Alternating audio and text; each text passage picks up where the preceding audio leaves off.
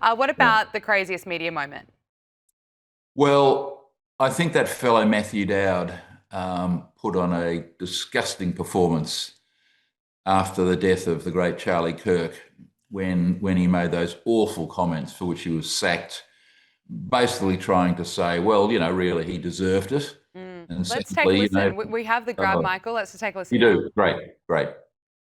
But following up on what was just said, he's been one of the most divisive, especially divisive younger figures in this, who is constantly sort of pushing this sort of hate speech or sort of aimed at certain groups. And I always go back to hateful thoughts lead to hateful words, which then lead to hateful action.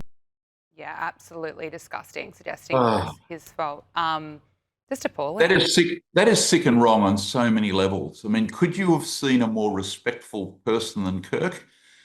I mean, I was at university as you were many years ago, and the hatred on universities and the abuse, but the way he treated people with extraordinary respect when they got to the microphone in hundreds of those meetings. What's this clown talking about? Hateful language. No, he was entering into a debate with people, and then basically you say, oh, well, it could have been one of his own supporters, just letting off steam. I mean, really? I mean, that type of sicko shouldn't be on television, and thank goodness he was sacked. And let's hope we don't see the like of him again, because that was just a disgusting part of our history. And that clip will be long remembered for all of the wrong reasons. Yeah, no, it was disgusting. Mm. Michael, looking ahead, what are the challenges for leaders next year? I think as always, the global economy is a worry.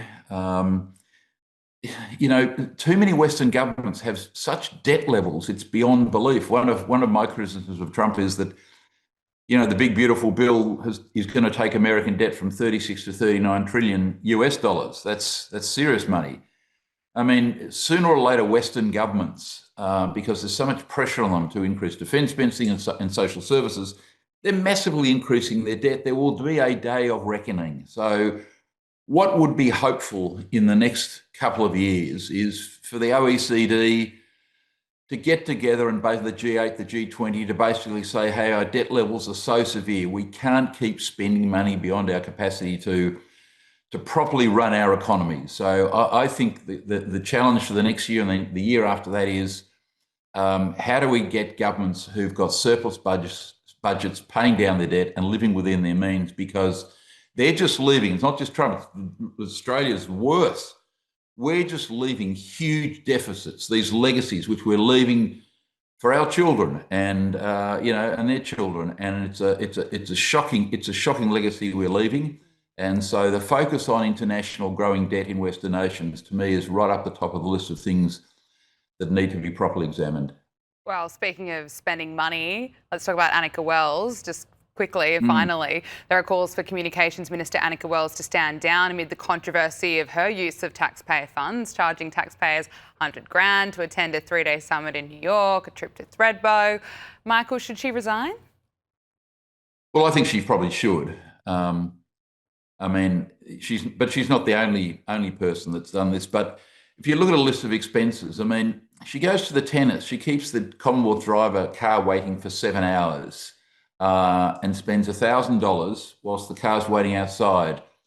I mean, I always look at it this way: would you spend your own money that way? Would a small businessman or woman spend their money that way? An American farmer, an Australian childcare worker. Would you go to the tennis and keep the car waiting? No, but because it's on the taxpayer, and that to me says that there's a mindset. There's a mindset of a minister, which is, it's on the public expense. I don't care what it costs. I don't really care. And she's done that on numerous occasions. And so the shocking disregard for the taxpayer dollar is something I just find appalling. And yeah, she should resign. I mean, people in Australia are disgusted by what they've seen. But this is typical of a lot of our politicians. There's been a bit of this on both sides over the years. So yeah, she should go, and we can get some proper rules and regulations about ministerial expenditure, because at the minute they're out of control. Michael Kroger, thank you so much for joining us on Power Hour. Really appreciate it. Pleasure. See you next year.